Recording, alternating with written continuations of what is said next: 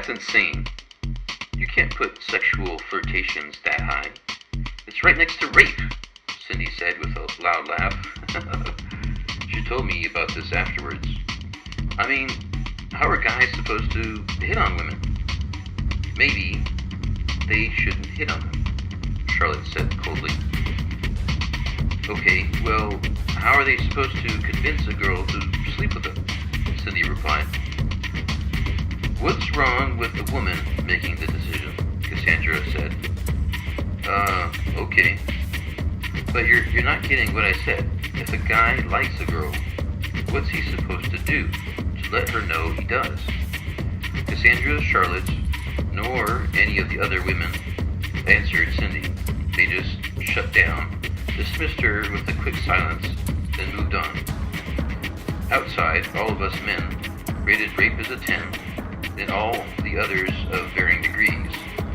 Ciango was a little upset we didn't rate the other offenses higher, but understood.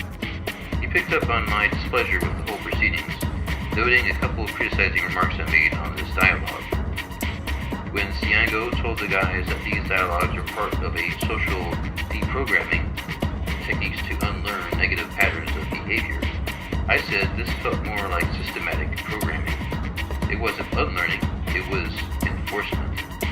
Ciango was a bit frustrated with me, but then had to wrap it up and go into the office with us. Once us men walked into the office, the women's ratings were put on the chalkboard. All the girls, except Cindy, who sat uncomfortably quiet, gave silent, defensive, expectant looks. Charlotte especially wanted to see how her boyfriend Sharon responded. He apparently hadn't proven his undying support of feminism yet. Max wasn't there that day, and Katrina was in Berkeley, so Cassandra and Ciango looked forward to a non-confrontational dialogue. I was disturbed when I saw all the offenses besides rape at 9, right up close to the 10 of rape. It was almost as if the women were minimizing rape without their knowing it. When Ciango put on the chalkboard the men's ratings, the women were shocked to see so many offenses so lowly rated. I'm sorry, but rape is serious as hell, and these other things are not even close, I blurted out after the women's criticism of the men's ratings. How can you say that, Tom? Charlotte said, turning to me in surprise. She didn't expect me to be critical. What do you mean, how can you say that? Is rape not serious? I replied with irritation. That's not what Charlotte meant. She was asking, how can you minimize these other offenses? Cassandra said solemnly. Whistling, catcalling, sexual flirtations, sexual jokes. We're talking about verbal things here, with no inference of violence at all. Rape is not only physical, but violent. There's a vast difference, I continued. Any objectification of women is a form of degradation. It still is destructive, just not in obvious ways. You may have a hard time understanding since you're a man. You don't have to go through the daily objectification of your body that we do, Charlotte said to me as if reading from a textbook. That's right, I don't. But I go through other things that you as women don't have to. Every one of us has to fight against one form of objectification or another.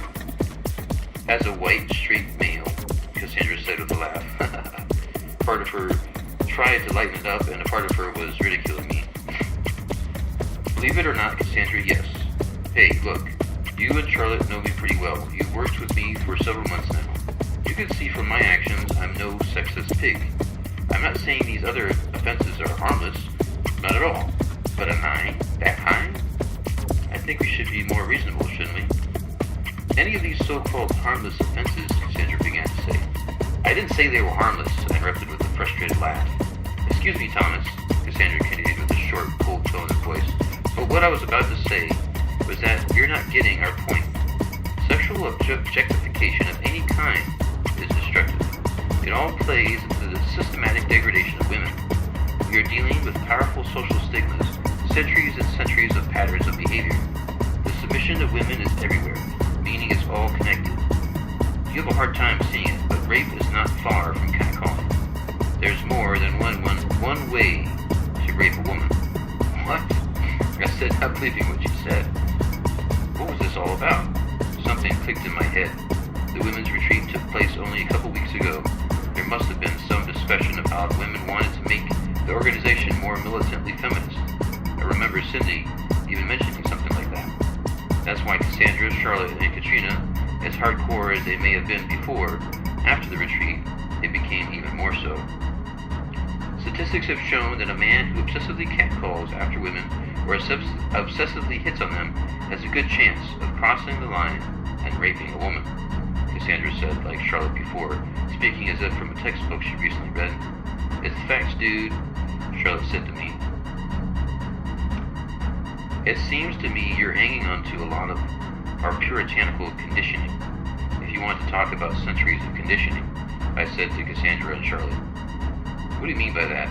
Cassandra said with her put-on air of intellectual questioning, but then also mixed with her annoyed and defensive reaction. America was founded by Puritans, essentially, yes. No one liked them over in Europe because of their fickle religions, so they came here. American culture and the American mentality is deeply rooted in Puritanism. The women's movement that eventually got the right for women to vote in this country was motivated by a highly puritanical, asexual group of women. They planted the seed of asexuality in American feminism, and you can see it today. Have you noticed American feminists have a particularly puritanical streak to them, meaning they don't like sex? I said. The whole time I was talking, I felt the rage burning inside me from the looks I got. Cindy laughed and was shut down by stares. Be careful not to make blanket statements about things you don't know, Thomas, Cassandra said. Okay then, I agree. Blanket statements are uncalled for. I shot at Cassandra a harsh look, making sure she got my acknowledgement and rebuttal to her feminist blanket statements.